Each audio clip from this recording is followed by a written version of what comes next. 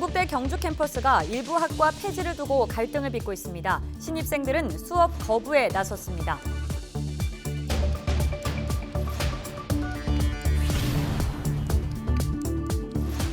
아직 첫 발도 떼지 못한 영주 첨단 베어링 국가산업단지 조성을 놓고 추가 사업비 부담분에 대한 논란이 일고 있습니다.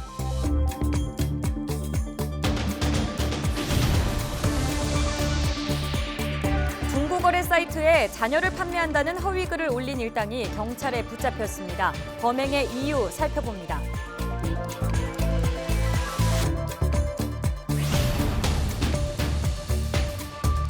정부가 모든 공직자의 재산 등록을 의무화하겠다고 밝힌 것과 관련해 대구시 공무원 노조가 국민의 혈세를 낭비한다며 발끈했습니다.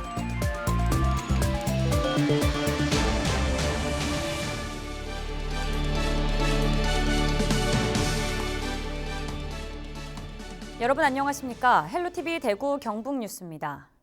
입학했는데 학과가 폐지된다는 이야기를 들으면 어떨까요? 동국대 경주 캠퍼스가 신입생 모집이 끝난 뒤에 학과 폐지를 결정해서 논란입니다. 자세한 내용 박은경 기자가 취재했습니다. 동국대학교 경주 캠퍼스입니다. 학생들이 수업을 거부하고 교문 앞으로 몰려 나왔습니다. 최근 학교 측이 결정한 학과 폐지의 부당함을 알리기 위해서입니다. 학칙 제9조에 보면은 학사 구조 개편 시 구성원들의 의견을 수렴해야 된다라고 나와 있는데 구성원들의 의견이 수렴되지 않고 이제 학사 구조 개편이 진행이 되었고 저희가 3월 26일 저녁 7시 30분부로 모든 전공 수업에 관련하여 이제 보이콧을 선언을 한 상태이고 폐지가 결정된 학과는 신소재 화학과와 의생명공학과, 빅데이터 응용통계학과, 한국음악과 등 4개 학과입니다.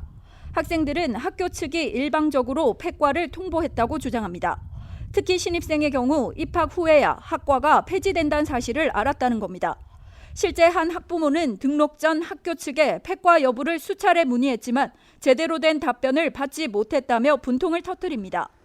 그 몇 갈 학과가 폐과될 예정이다. 그래서 물어봤더니 폐과는 원래 이름이 다른 거였는데 그게 폐과가 이번 다음 년도부터 안 받을 예정인데 그게 다른 이름으로 될지 이런 식으로 자꾸 얘기를 하니까.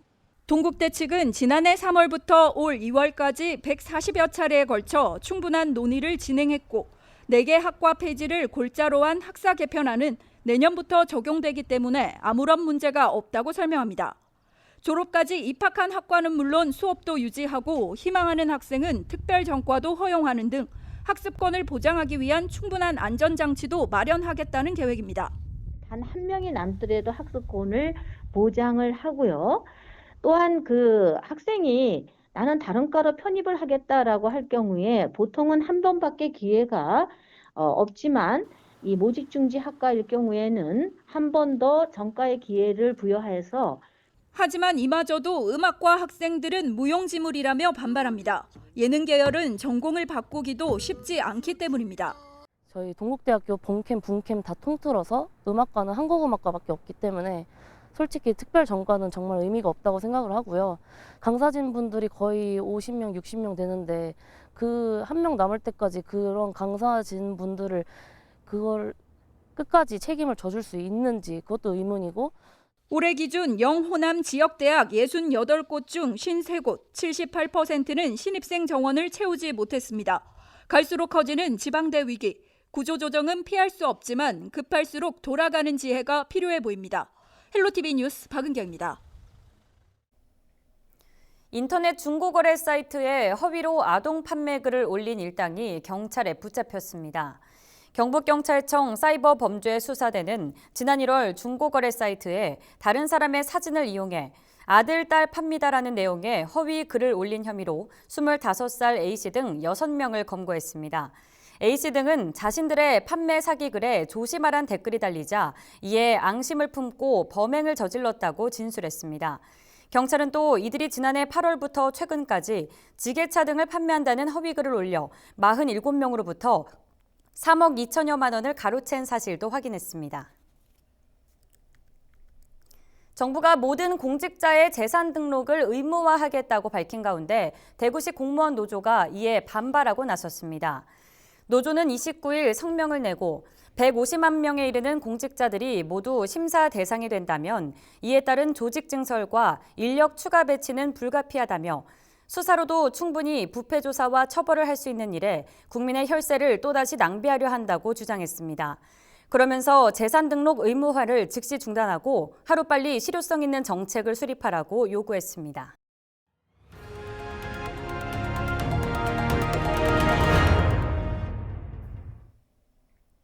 구미시가 고대 신라시대의 유적지로 알려진 황상동 고분군을 새롭게 탈바꿈시키는 종합정비계획을 수립했습니다. 그동안 수년간 방치돼 왔다는 지적이 있었는데 앞으로 구미의 대표적인 관광지로 조성한다는 계획입니다. 오승훈 기자의 보도입니다. 구미시 황상동에 위치한 고대 신라시대 고분군. 4에서 6세기 신라시대 지배층의 무덤으로 역사적 보존 가치를 인정받아 지난 2006년 국가지정 문화재로 지정된 곳입니다. 하지만 황상동 고분군을 중심으로 인근 주민들의 불법 경작 행위가 이어지면서 사실상 수년간 방치됐다는 지적이 나왔는데 구미시가 해결책을 마련한 겁니다. 그동안 고분군이 위치한 땅이 대부분 사유지라 관리가 제대로 안 된 건데 구미시는 해당 부지를 모두 매입하기로 했습니다. 부지 매입을 통해 대대적인 정비에 들어가고 새로 발견된 고분들을 중심으로 문화재 발굴 조사와 함께 구미의 대표적인 관광지로 조성해 나갈 계획입니다. 시민들이 휴식할 수 있는 역사공원으로 잘 만들어 가도록 하겠습니다. 그렇게 해서 우리 구미가 산업과 역사가 어우러진 문화도시로 만들어 나가는데 황상동 고분군이 중요한 역할을 하도록 노력하겠습니다.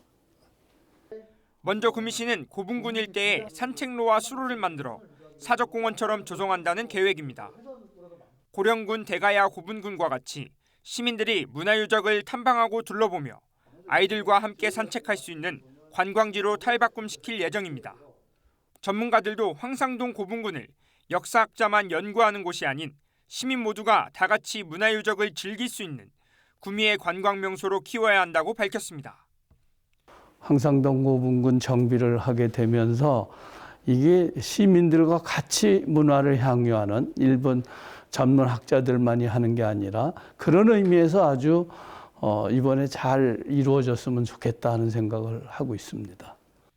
구미시는 올해 연말까지 토지 보상을 완료하고 내년부터 조성공사에 착수해 오는 2025년까지 공사를 모두 마무리할 계획입니다. HCN 뉴스 오승훈입니다. 경산시가 3월 29일부터 4월 4일까지 한 주 동안 코로나19 자가격리자 특별점검에 나섭니다. 경산시는 경찰과 합동점검반을 꾸려 자가격리 M 미설치자와 이탈자, 자가진단 미실시자 등을 대상으로 격리 장소가 적정한지, 격리 수칙을 잘 지키고 있는지 등을 확인할 계획입니다. 만약 정당한 사유 없이 자가격리 장소를 무단 이탈했을 경우 고발 조치하고 외국인의 경우 강제 출국 조치를 내릴 방침입니다. 팔공산을 국립공원으로 만들기 위한 논의가 시작됐습니다. 대구시와 경상북도는 3월 한 달 동안 합동으로 팔공산 국립공원 승격 추진과 관련된 주민 간담회를 8번 연대 이어 오는 4월 7일까지 주민들의 의견을 서면으로 접수할 예정입니다. 대구시와 경상북도는 주민들의 의견과 관련 연구 용역 결과를 바탕으로 팔공산을 국립공원 승격 건의 여부를 최종 결정할 방침입니다. 산이나 들에서 길을 잃거나 응급 상황이 발생했을 때 국가지점번호로 신고하면 빨리 도움을 받을 수 있습니다. 국가지점번호는 기관 지역별로 서로 다른 위치 표시 체계를 하나로 통일해 건물이 없는 산이나 강, 들판 등에서도 구체적인 위치를 파악할 수 있는 좌표를 의미합니다. 대구에는 앞산과 비슬산 등 등산로 주변에 국가지점번호판 750개가량이 설치돼 있으며 국가지점번호판을 활용한 119 신고 건수도 해마다 증가하고 있습니다. 과수화상병은 사과나 배를 까맣게 타들어가게 만드는 치명적인 세균병인데요. 지역 내 과수화상병 발생을 막기 위해 경북농업기술원이 29일 온라인으로 방제 교육을 진행했습니다. 과수 농가와 시군 식물감시원 등 200여 명을 대상으로 열린 이번 교육에서는 과수 화상병 발생 현황 설명, 병해충 교육, 드론 방제 시연 등이 진행됐습니다. 경북농업기술원은 과수 화상병의 경우 치료약이 없고 전염력이 강해 예방이 최선이라며 과수나무에 꽃이 피기 전 예방 약제를 뿌려야 한다고 당부했습니다.